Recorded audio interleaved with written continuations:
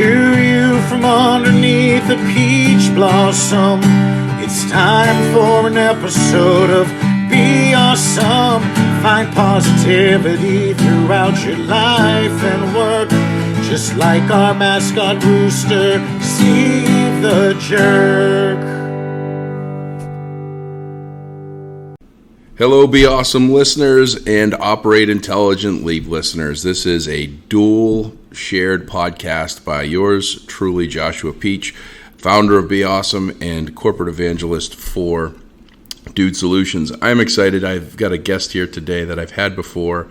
I've actually had twice, technically three times with the panel that you hosted. That's right. So I've got the Dude Solutions CEO, Ed Roshitsh, with me today. We're going to dig in on a number of different things, and this is going to be a take on the Dude Solutions. Who are you and what do you do? Ed actually started this a couple of years ago, and it was intended for internal sharing of getting to know the team at Dude. And to give a little backdrop and a little backstory, because I haven't shared it with Be Awesome listeners and Operate Intelligently, you've heard me talk a couple of times, but a little bit of history on Dude. Dude's 20 years young. I started here in 2004 as a door-to-door salesman, basically, for a company that had less than 400 clients, less than 10,000 unique logins, and we basically provided a work order system for facilities and with preventive maintenance. And today, we have a company that has 3.5 million unique logins every day, 12,500 stamps, if you will, or logos stamped all over the country and in some parts of the world. We cover about 9 billion square feet in management of that space through our software, and we're going to 50 million work orders. Yeah, we process a work order about once every 1.4 seconds, and if you do the math, it's about 50 million a year. Yeah, so we've gone places. We've become pretty big player in the market, and for not to brag, but probably the player in most markets in facility management software, and going from a startup in a condo to 625-ish or so right now. 625 employees with the number of folks that we support has got to be just an amazing and stressful opportunity for you. So we're going to talk about that. So first, welcome, Ed. I appreciate you doing Peach. another podcast here with us. I appreciate it. So let's start. Who's Ed? Who's Ed? Depending on which personality that day you get when you ask the question, I wear a lot of hats. Been the CEO here at Dude for a couple of years, been in the software space now for 25-ish, married, couple of fuzzy dogs, endurance athlete, author, voracious reader. I think that probably pretty much labels me. How much of that was easy for you? I think all of it has been hard in its own way. But I think it's sort of like lifting weights. You lift a 10-pound weight one day, you get good at that, you get to 15 pounds, 20 pounds, and all of a sudden, you're bench pressing cars or whatever. So the struggle at the time is always hard, but then you look back and you say, dude up, man. Yeah. Well, the dude up is right. And for me, when I ask that question, is how much of it was easy to you? And it's not that I don't ever want to become a CEO for a company, but I was doing some brief looking, and there's roughly 32.1 million businesses in the United States today. That's corporations, S corps, partnerships, sole proprietorships. There's a lot of businesses. That's a small dry cleaner to SaaS, IBM, Apple, those big companies. And I was looking, I was like, well, I wonder how many, not teams or anything, but how many people actually play basketball. It's 26 million. Soccer, 24 million, but 250 million worldwide, but 24 million in the United States.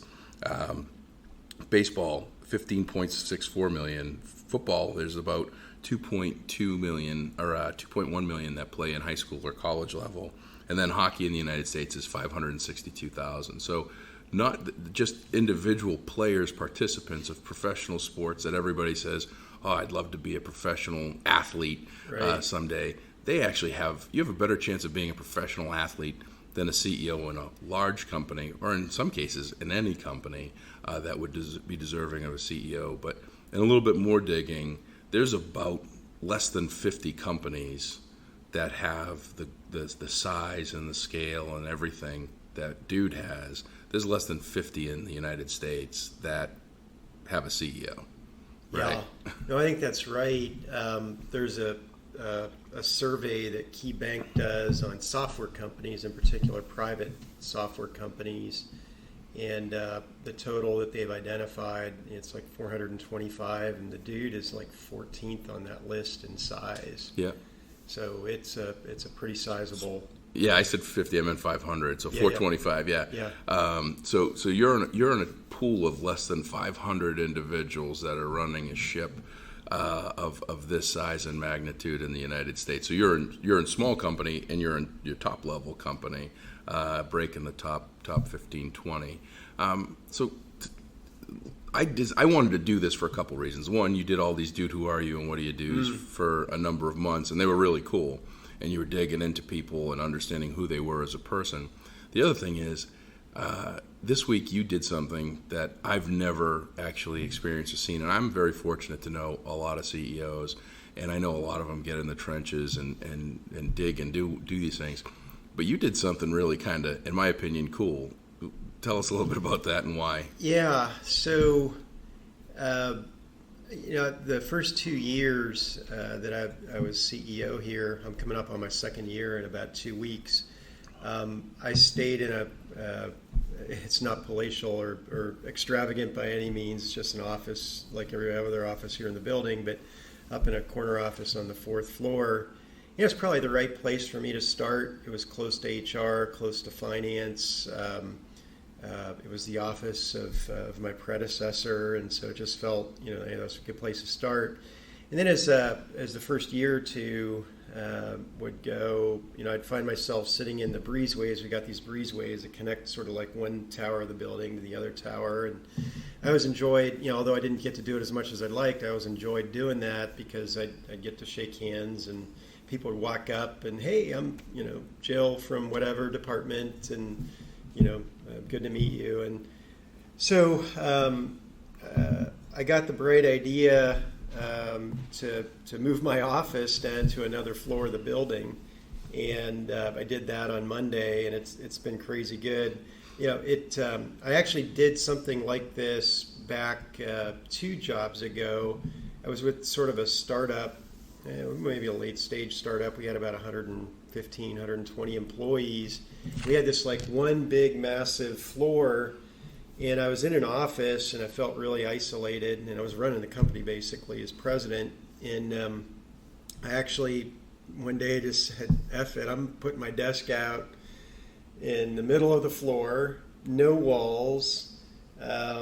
I'm going to be in the middle. And it wasn't because I was like trying to micromanage anything, but it was just like, you know what, I 100 and some folks, I need to be really aware of what's going on, help here, just get a vibe. And so as I was thinking about moving my office down to another floor, the genesis of that idea started, back on that other job. And it's been great so far.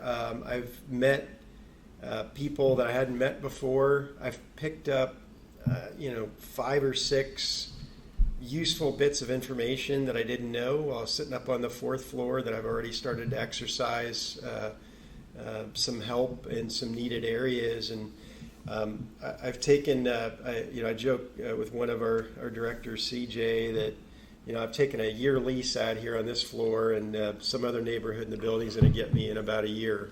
Yeah.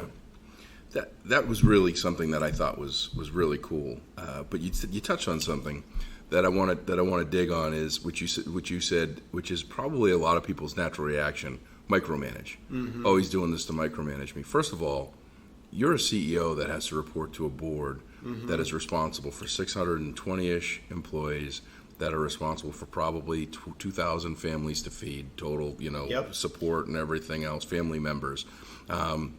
It's even more too, Pete. Sorry to take you off. Like our owners, 87%, I think, is the number they gave me. 87% of their investment fund is union pensions, teacher funds, college endowments, and so as a CEO working for an investment group like that, and all the constituents you mentioned, Dude Nation employees and families and partners, I feel a real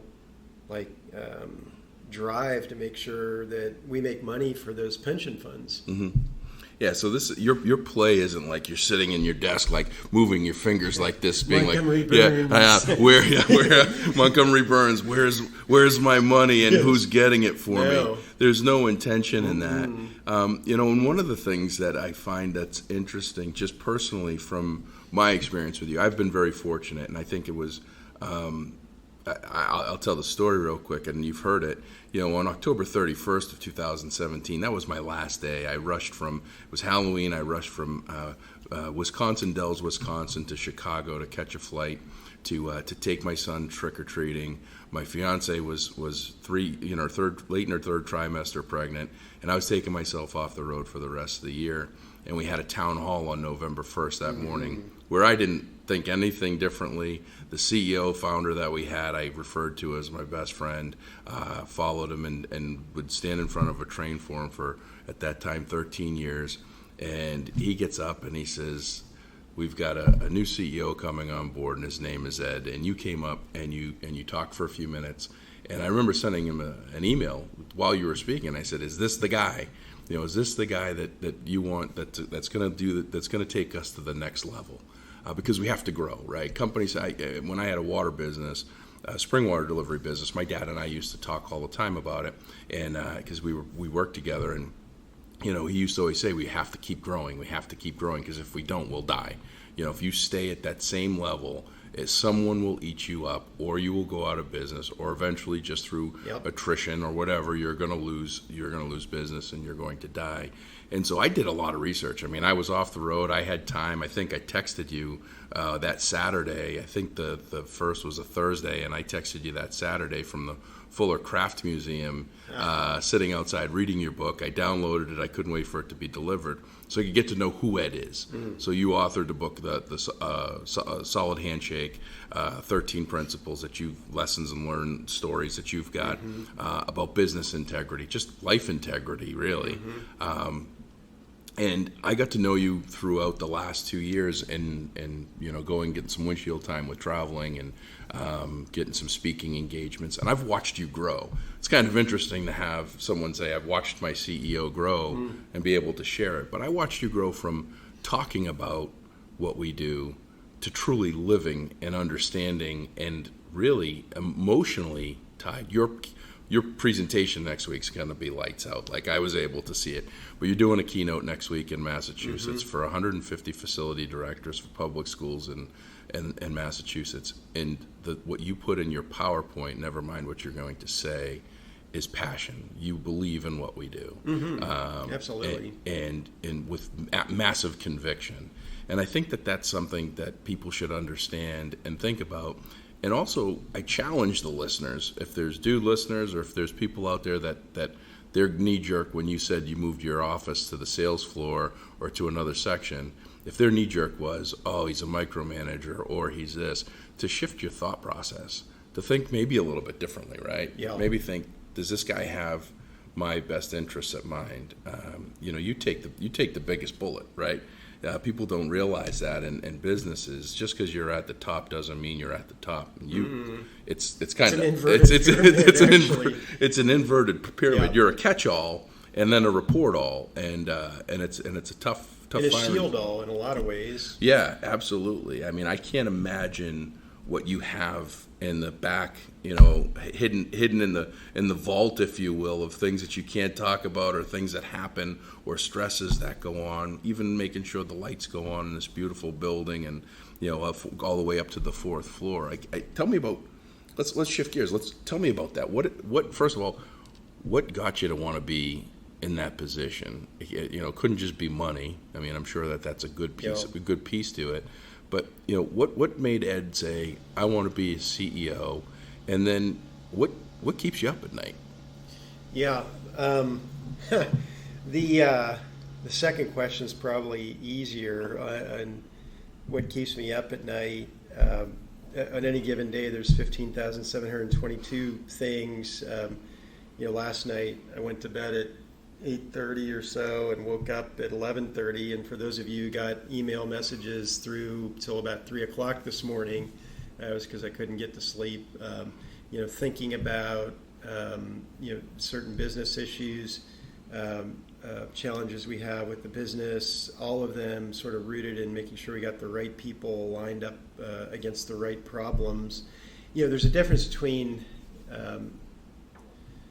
losing sleep over puzzles versus losing sleep over stress. Like, even though I get insomnia sometimes, it's more about because I can't shut my brain off of what are we going to do about this? What are we going to do about that? It's not stress, if that makes any sort of weird sense. It does, yeah. The first question, though, is what made me want to do this.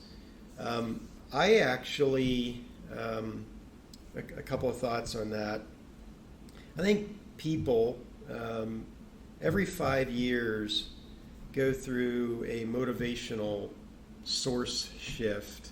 So think about it. When you're in high school, it's about I'm motivated to get to college, or motivated maybe not to college, but whatever, get your career started.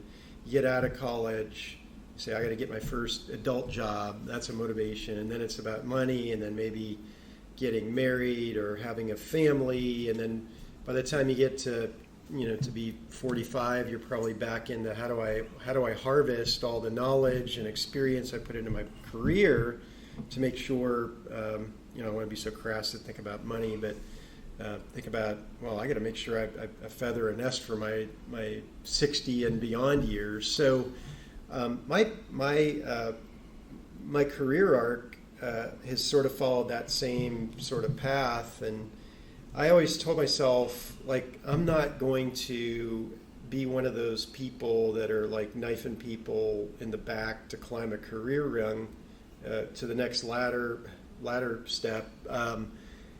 If it happens for me, it'll happen for me. And I've been so fortunate and lucky in a lot of ways to be at the right place at the right time with the right people with the right skill sets. Spent 5 years, 5 times, I should say, with JMI equity companies. I went to another investment firm, then this one. But people along the way have given me advanced responsibility. So I sort of ended up here. Yeah. It wasn't like I wrote down in a book or something, I will be a CEO by whatever age. Yeah. What's that buzzing noise? Is that the coffee machine? I don't know. We opened up a dentistry next door. You found I was going to say, it's like, for those of you that hear that in the background, it's like a jackhammer, and we're actually in the conference room next to Ed's office. On the third floor, too, which is sort of weird. Yeah, kind of interesting that this is the space that you got picked for you. We give you the noisy jackhammer area.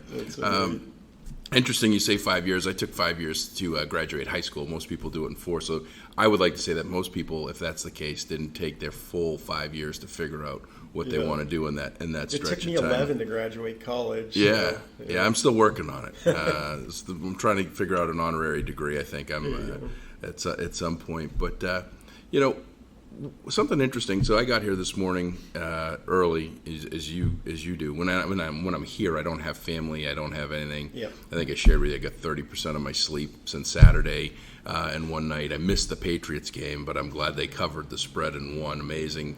I fell asleep. I think it was the little part into the second quarter, and they were tied 14-14. And I'm going, man, I don't think they're going to cover the spread, I don't think they're going to win, let alone cover the spreads, because the spreads have been crazy in football. Oh, I'm sure. 16, I think it was 16.6 points, and they won by 19. Amazing team this year, as it's been many years. But I got here early, and I took your parking spot. I think I told you a little bit about. I took your parking spot because you have. I don't have a marked parking spot. Yeah. No, it's Ed's spot. You're the first one here. Every time that I come to the office, you're either here already or you're here within a matter of minutes. And if you didn't have an incident spilling your coffee this morning, I think you would have beat me. But I talked to some young folks yesterday about understanding, what your realistic expectations are. And the realistic expectation is for you to be able to be the leader of this ship. You can't come in at 7:59, 8 o'clock, and leave at 4:45 to miss the Regency Parkway traffic. Right. I mean, you're grinding, and you're here. I mean, you're visible. You're here. You're in meetings. You're emailing. You're doing all this stuff, and so how do you? I guess one of the things is working 8 to 5 Monday through Friday. Sales is a little bit different. Most of your roles, Yeah. 8 to 5 Monday through Friday. It's an expectation. That's your performance. It's That's your get paid. It's game time. You get it. But there's a lot of stuff that people should, in all aspects of life, but sales definitely, because we're on the sales floor, should be doing for practice time. So we're talking about the Patriots. Patriots blew it out. They played Sunday. Like 2 games in a matter of 5 days, that's a lot of work. Tom Brady and Bill Belichick and the crew, they didn't take Monday, Tuesday, Wednesday off. No. They were hit the field. They were working. They were training. They were watching videos. They were doing all this stuff. Everyone should be building themselves professionally, investing in themselves. Absolutely. What are some eds things that you've invested in yourself? What are some programs? What are some books? What are some podcasts? Like, what would you if someone was coming into the workforce? Because it doesn't matter what. Yep. I think the investment and the buckets of ideas, whether it's professional development, personal, whatever. What are some eds best experiences and suggestions? Well, it's so funny. I think you and I, maybe I can remember 5 months or so ago, we were just talking about old school. You'd pop the Brian Tracy sales cassette into your cassette deck in your car. Maybe you had a video or something like that to watch. But content is so available, so free, so prolific. So many channels that you can access it, and it's painless. You could be listening to a podcast or a book on tape, the audio piece of a TED Talk, all in the comfort of your car as you're driving in or while you're running, or playing instead of watching the news in the morning. You could be playing in the background. I listen to at least 10 to 15 hours of podcasts a week. Now, I might play them depending on who's speaking at 1.5 times, so I can shorten a little bit. I read voraciously. It's entertaining to me, but it's sort of like downloading new software into your cranium.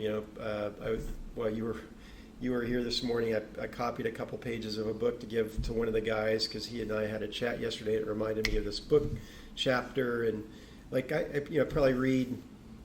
I have a goal every year of 50 books. I'm probably right on pace for that this year, and you really try to do that.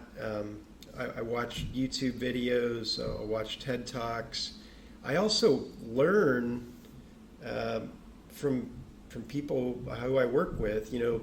Some of the people, all the people, in fact, probably know more about their jobs and know more about their disciplines than I will as CEO, which is another misnomer. People think I know everything. I better not know more about developing code than our engineers, because we would be in a bad spot. Marketing, you sign yourself professionals. I'm always learning from folks that I work with. So I think if I'm talking to new folks, like you say it a lot, 168 hours a week, or I like to say 1,440 minutes a day. Man, carve out an hour or every day to learn something, and that's the only way you get out there. The other thing I'd say is just get out there and experience it. I think especially in sales, there's call reticence. So man, I'd rather do something that feels good, like look up names, than actually dial names. And in sales, you got to get your nose bashed in 50 times, and then that 51st time, you hit the ball straight and long. And you're like, okay, that's cool. So read podcasts, get out there. I think that's a balance, which is a great way to put it, because some folks will just say, well, I'd read 50 books. I need to read 50 books, and then nose deep, and they don't pay any attention. my books look like battle flags after I get done with them. They're marked up. There's blood and coffee stains on them, tears, whatever. Yeah, and it struck me as something, and my ADD is going to kick in a little bit here. On our noses are too much into this and not looking around and taking time. I met Jason Momoa this week, or didn't meet him. I was in the same press, Yeah. Aquaman. Yeah. So I go in the elevator at the Admirals Club in Chicago, and there's this entourage of people, and I kind of step back and I'm looking at this guy, and I'm like, man, that looks like Aquaman. Only reason why I call him Aquaman is my 12-year-old is like, he's fanatic for superheroes. Awesome. And so we're sitting in the Admirals Club, and he's walking around like just among everybody. And I'm sitting here saying, there's no way that can be him because nobody's approaching him. And it was because everybody was stuck looking at their phones. And I don't want to say I was the only one, but I'm the only one that's sitting there going, that's Aquaman. Like, right, you know what I mean? I was sitting there saying, how cool is like, that? you got to look around, right? You got to look around. Oh, that's so funny. Yeah, so it was kind of interesting because that was one of my takeaways. And my other takeaway was the homework I did afterwards. I found out he's just a kind of a fascinating human being. So if anybody knows him, I'd love to have him on my podcast because he is a major advocate for the environment and single-use plastic. And this will be a plug, shameless plug in here. I put it on LinkedIn. You've done a lot here that has impacted not just the business that we do, not just the sales that we make, not just the lights that go off and on, but I mean, you've looked at everything all the way down to working with the office management team to remove all the styrofoam and plastic cups and provide insulated aluminum, water bottles and coffee cups to reduce the impact on the environment of the 250,000 cups that we went through. I mean, you've done that. You worked with a team for that research to see, hey, how many cups did we buy that went in the landfill? Is there a way for us to prevent it? At a pretty exorbitant initial cost. I mean, it's going to save you money over time, but that wasn't the reason why we did it. You've done countless things like that, and it circles back to what you said. I don't want to be, if I'm smarter than our developers or if I'm smarter than any single department or box, we're screwed. I am the CEO, but I'm not the smartest guy in the room all the time, which is a huge misconception. Yeah. Talk to me a little bit about trust. Because you had to put trust in Dana or whoever, Lynn or Pam or whoever it was that came to you with that research. I mean, something as simple as that. You had to put trust in. They did their homework. They did their work. The information that they shared with you is accurate and right, and you'll stand in front of whoever you need to share that story. Because that's really what you're. I don't want to say you're a storyteller, but you're a sharer of all of the stories collectively of this entire company. Yeah. How important is trust? Oh, it's the core bedrock, and we've actually invested a lot of money at the leadership level, and obviously it'll cascade down as we get good at it. But just investing in training around trust. I'm going to hit that in a second. I'm a collector and prioritizer of good ideas. Very few times have I been the one to say, that's what we should do. More often than not, I'll be in a meeting or a dude or a client or someone will say, man, it'd be great if we could ... And, we'll debate, talk about it. And in the end, it's like, holy smokes, that is a great idea. We should probably do that. And how does it sort of stack up in the priority?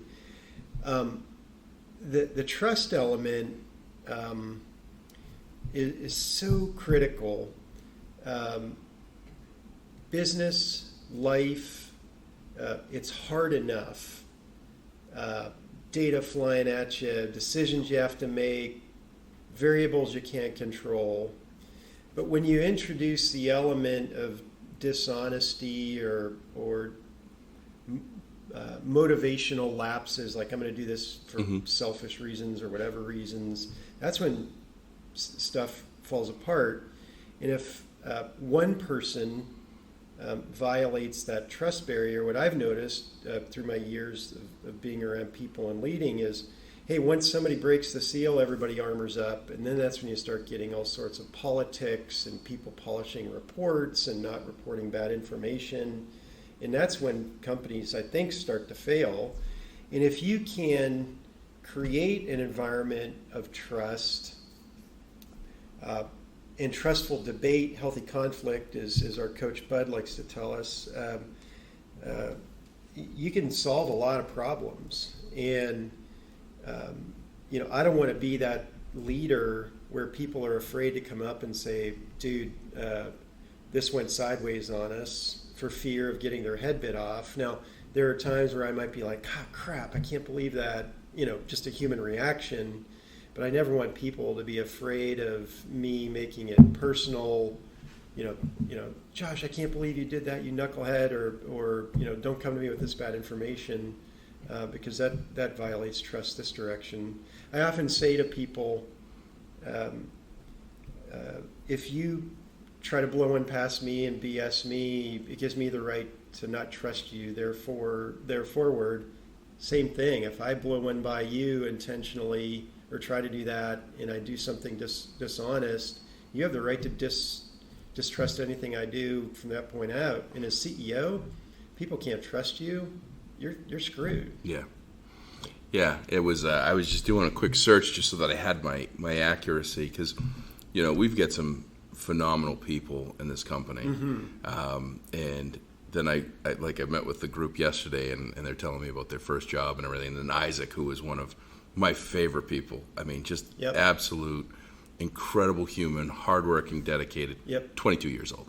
Right. Good. So when we talk about trust and to give perspective, and we got to always put ourselves in everybody, this kind of multi-generational workforce today. A lot of people in the workforce don't know the story about Enron. Don't know the story about they forgot about it. Countless companies, because they were 10, right? But all of those companies, Tyco, the countless companies that had happened in 2007, 2008, that their whole foundation and their ability to be this profitable beast of a business that everybody looked to, invested in, was built on mistrust. And it collapsed. Smoke and mirrors. Yeah. Those castles crumbled, and people. I mean, there were countless Enron executives that ended up committing suicide. When all of that stuff happened, and so often I think that people forget those stories, and a lot of times, like you say, sometimes what happens is one person does something that might not be trustworthy, and then someone says, "Well, it's okay because that person did it," or whatever it is. But that's got to be another incredible, not stress. I think you do it naturally, and I'm not stroking you because you're my boss saying it. But you, from day one, have had this.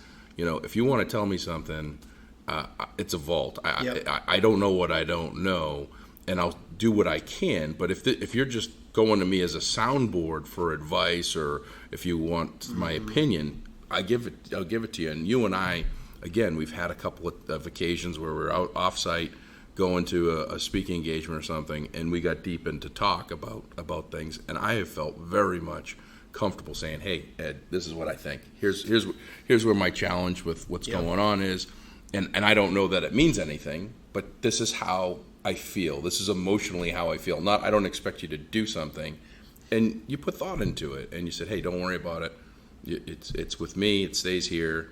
But I totally understand where you're coming from, and I've believed that, and I think that that's something that is fairly unique. Sadly, it's fairly unique to have that trust, and I think one of the things behind that is, I'm trying to remember the shirt that you had made for everybody, the asset.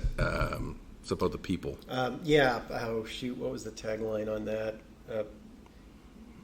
People are our essential asset, or something like that. Yeah, people are our greatest asset.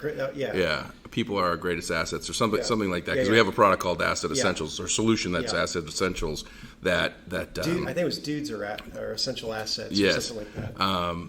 And so you've put that the people are the most important piece to the business, where most people would look at us as a tech business that sells software and we've got all this stuff. You've always put people first. And I think that's important. I shared a little bit with you my 3-ring binder I got. Yeah, that was so cool. Yeah, so O.J. Mulkey, he's almost 90 years old. He started Gloria Stevens Figure Salons in the 70s, and he had over 10,000 employees at one point, 1.7 million members. Yeah, women's figure salon, 187 salons, 1.7 million members, 10,000 employees, about 20 million in revenue in 1982 before he stepped down. And he called me last month and he said that he wanted to give me his 3-ring binder that was his in the 70s. It's from it smells like it's from the 70s. It's typewritten paper, no cool. computer or anything, photocopied articles and his own self memoirs and motivation and notes and everything. Yeah. And I've read it. I've read it front to back a couple of times. And the message in 1972 and 75 is the same message we have here today, which is the importance of people in your business being on board, being trustworthy, being trusted, and giving trust to others, and that determination to win. Mm-hmm. And you've done a lot of those pieces. When did you say, people are our greatest asset, dudes are our greatest asset? When in your life did you have that? Did you have an aha moment? Did you know about it? Like, were you born and said, people are our greatest asset and that's what we need to do? Did you have anything that happened in your life that's like? I think it's been an evolution process. If you would have met me and people that know me from this period of time, say 2000 to say 2007, I'm not sure you'd be so kind with that statement around people being the asset. I made a lot of mistakes on people, how I've conducted myself as a leader, treated people. And every lesson has taught me to up my game and set expectations. The other thing I think it's going to be a little bit weird, at least for me, I'm 55. Seems like as I get older, I get a recognition that it's life is more about people. But I will say for the software space, and the big aha moment is when you think about software, and I've said this in the building and maybe on another podcast or two, but when you think about software, it is the most people-intrinsic business on the face of the planet. And I'll debate this with anybody who wants to get into it, but think about software. Ideas are created by people, alchemized to keyboards by people, marketed, sold, implemented, supported, invoiced, anything that you can think of, all by people. And if, sure, technologies come and go, and architecture platforms come and go, and CPUs come and go, but at the core element, if you got good people, they just adapt and move on and evolve. If you don't get the people thing right, doesn't matter what kind of technology you have in the background, it's just going to flop. So I've really learned that people are the essential assets to a software space.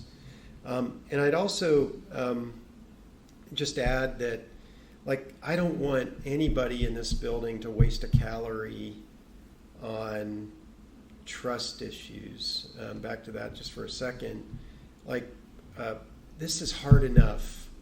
We got competitors, we've got, things that need done, things that are broken, things that need to be improved, and wasting 1 minute, 1 second on, well, what's that Jamoke over there doing? Mm-hmm.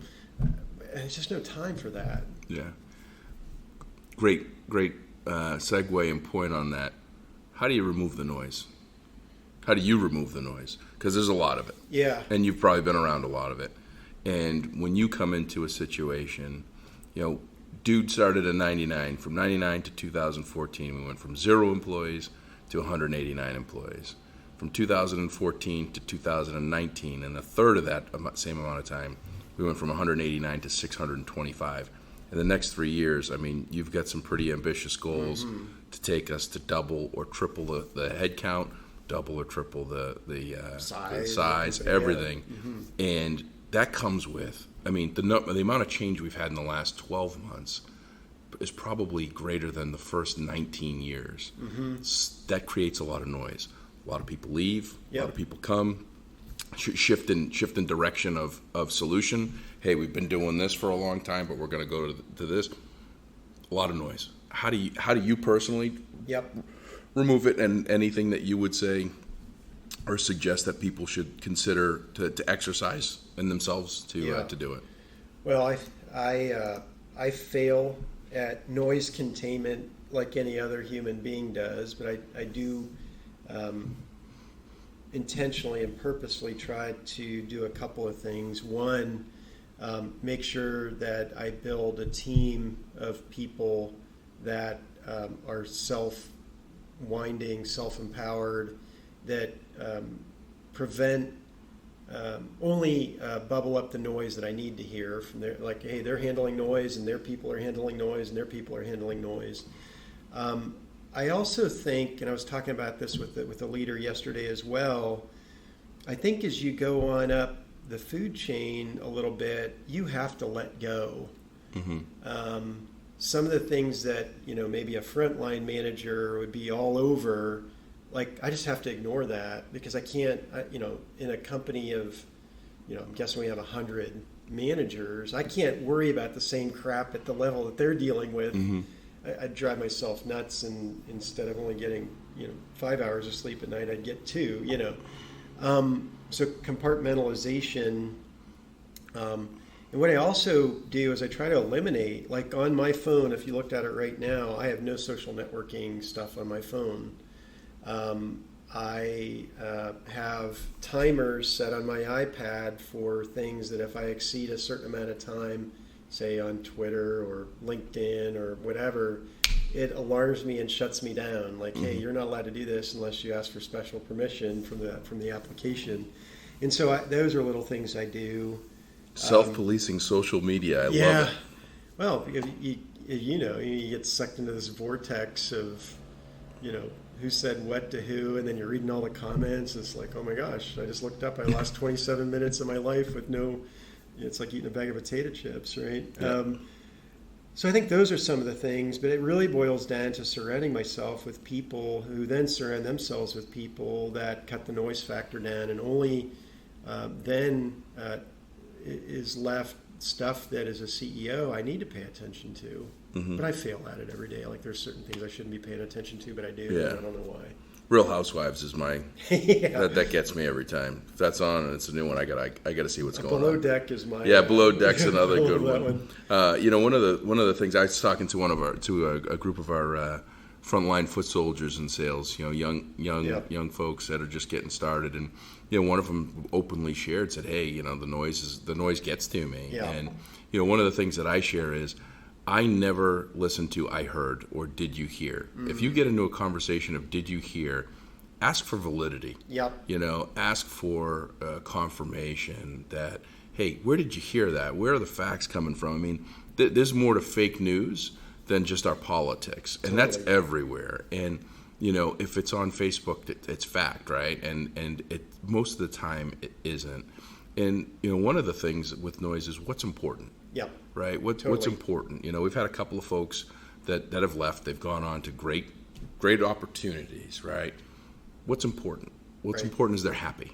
And I try to tell Life's people that, short, man. like, we're spending time consuming real estate in our brains about something that has no real reason or purpose for us, doesn't prove anything good, and in reality, if the other person, the other situation, whatever is fine, what does it really matter? What is it? Where does that matter in the whole? Doesn't matter to me, right? Yeah. Right. It's so that's kind of where I go with it. Is if someone says you heard, take it out.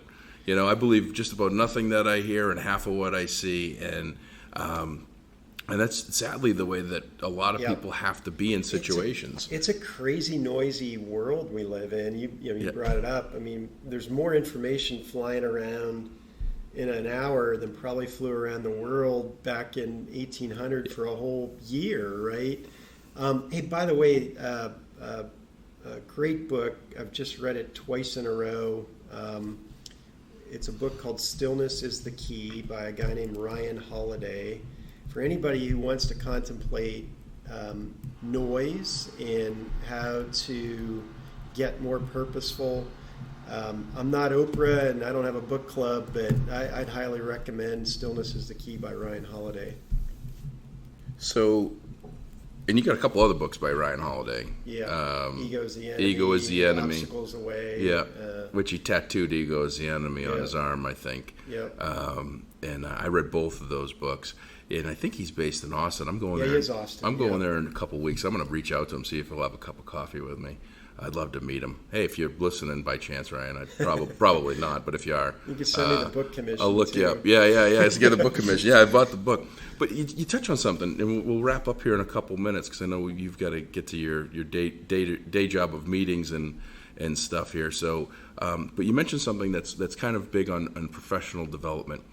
Just about every book that you've suggested to me, Principles, Ego is the Enemy, Marcus Aurelius, these different books that you've suggested I've read or listened to just about all.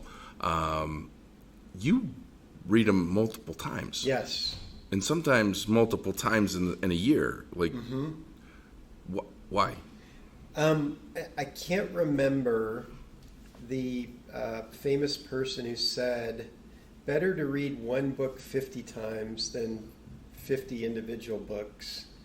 And I read that quote maybe 2 years ago, and it just hit. And so now I'm into reading books. Like I've read Meditations by Marcus Aurelius 12 times maybe, Ego's the Enemy probably 6 times. I back-to-back read Stillness is the Key twice in 2 weeks. And the reason I do that is repetition. I catch things that I maybe I got squirrel attention deficit. Squirrel when I was reading the book and didn't finish a paragraph fully, or maybe a point hits me differently.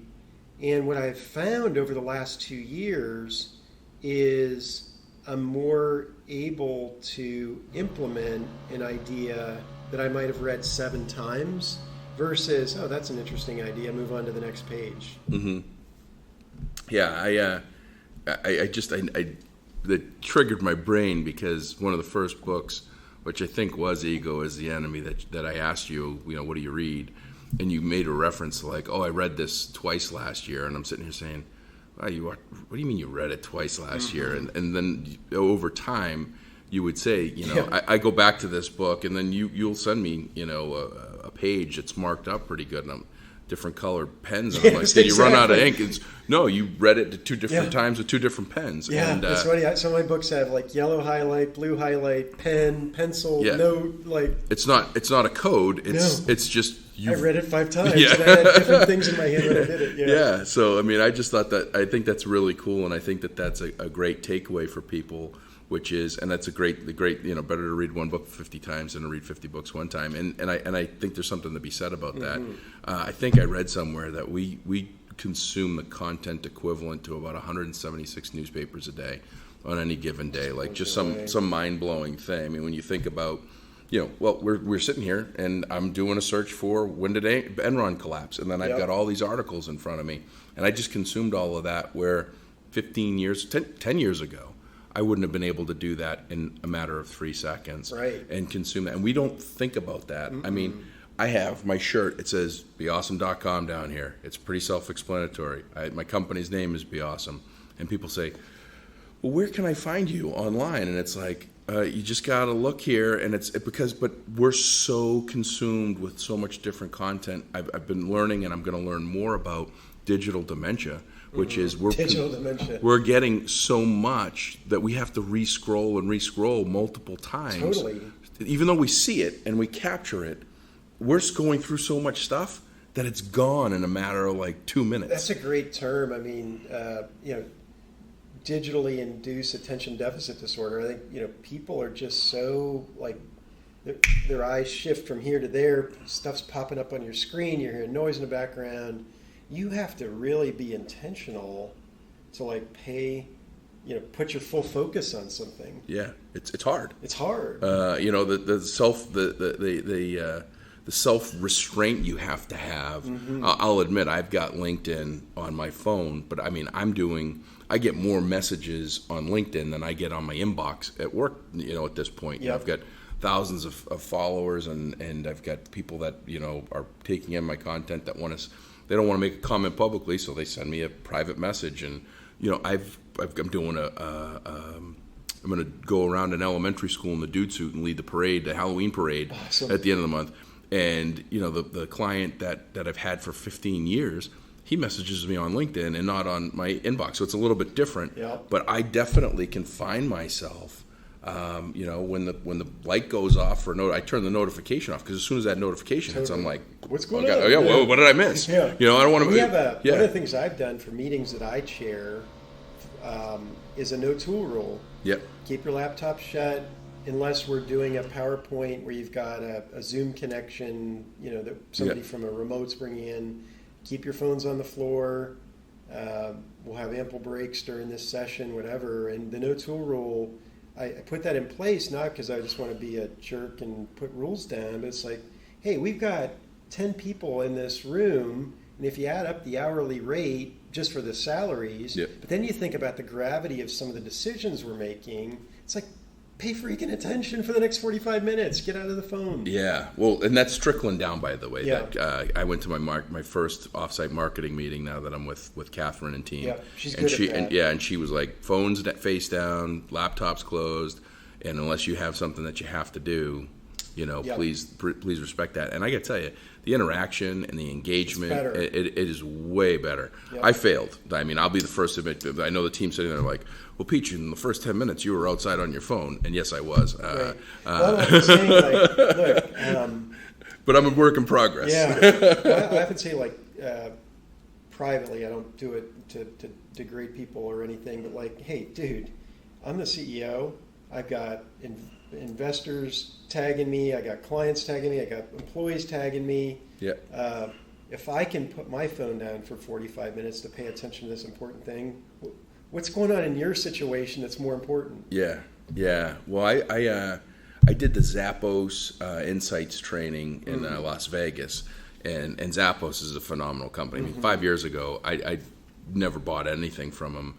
And what got me was a handwritten card from an order that was a mistake from one of their employees. I'm like, wow, these online company, they're pretty cool. And so I got to go do a day workshop insight training over there, and I learned a lot about Tony Hsieh, the CEO. If you email him, he's got, I think it might be Tony at Zappos, it might be something as simple as that, but you can get the CEO of Zappos email address, and you can email him a request for their culture book. And you get a response back from his office. And it says Tony reads every single email. And I'm sitting here going, that's open to anybody. You get it for free. They actually have a press that's pressing out these really nice gold leaf, silver leaf books that's got their culture book with all their employees in it. You get it free of charge, and he's reading every single email. And so I looked into his process, multi-billion. I mean, he's bought from. Jeff Bezos came in and said, "Hey, let's buy Zappos for like $1.8 billion." Yep. He's got all this stuff, and he uses a process called Yesterbox for his email. And Yesterbox is every morning wipes out his inbox completely. And then he has a process where every 15 minutes, I think it is, he checks his inbox, and he puts it in 2 or 3 categories. The dump it, it's spam, or it's somebody requesting the culture book and doesn't need a response. Attention for later, which will be next morning, where he'll clear it out, or immediate attention. And that's every 15 minutes. He just does a quick scan. Thank you very much. And I think he does, in the social, he does two pick times in a day. And that's how he does it. As a CEO of a multi-billion-dollar company. So, like you say, if he can put his phone down and not look at it, but every 15, and he's got an alert. I'm pretty sure that he's the one that's got an alert that every 15 minutes, bing, goes off, scan, move on. People don't need to be married to that. Right. And I'm learning from that. I used to have this instantaneous As soon as you get, and I'm noted, people noted for it. They're like, did you even, there's times that I'm dialing people because they send me an email and I'm driving, and they're like, did you even get the email? Like, why are you calling? Because it's that instantaneous and fast. But there has to be a time to think. Yeah. And there also has to be a time with all of this change that's happening that we really focus and dig into.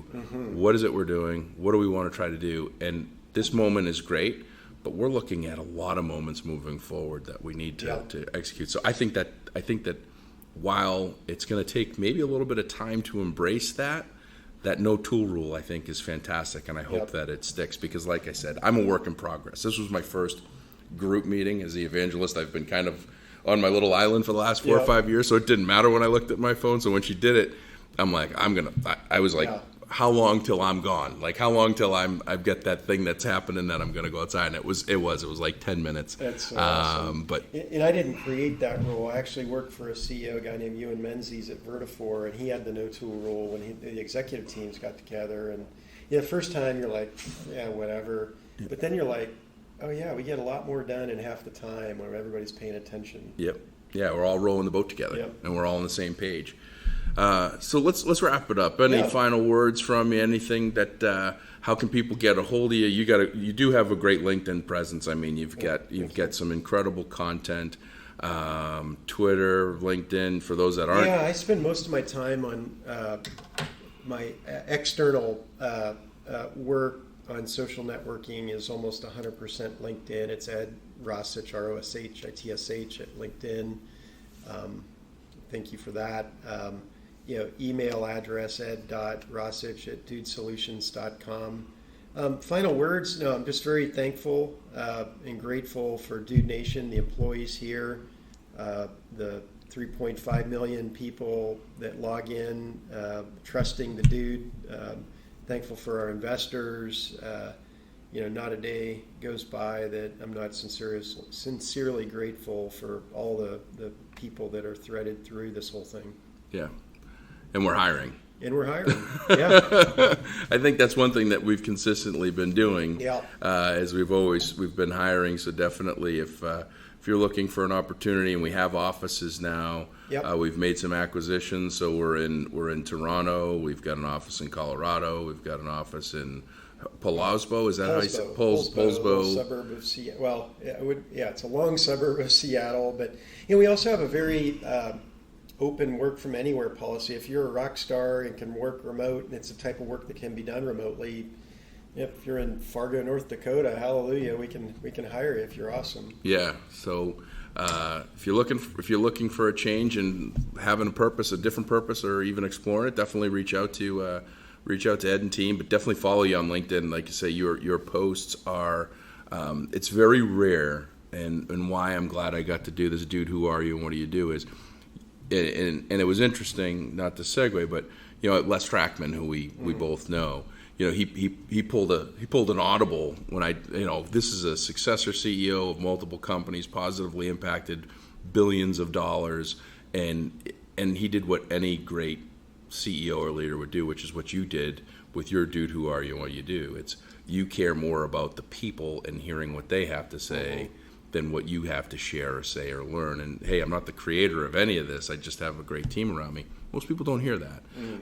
So for me to be able to sit here and talk to you and learn a little bit from you and share was really great for me to be able to do and be the guy that does it. So hopefully the listeners for Operate Intelligently get something out of this. It was great to be a part of that podcast here today. And for the Be Awesome listeners, you know where to find me. It's beausm.com. Email josh@beawesome.com. Listen to the podcast, give a rating and review. I'll give you something. I got a couple coffee mugs left. I've got some T-shirts. And if you want to do something really cool, there's 5 days left for the Natalia Strong T-shirts. I'm doing 100% of 100 T-shirts. That's 100% of the sale. Every penny of every sale for 100 shirts. We're going to give to the third annual Natalia Strong Night for SMA, which is spinal muscular atrophy. That was podcast 34. So hoping to raise some great money for in the name of a phenomenal little 2.5-year-old that is stronger than most, and just touched my heart when I got to meet her. So in the meantime, if you want to be awesome, you got to do awesome. Have a great day.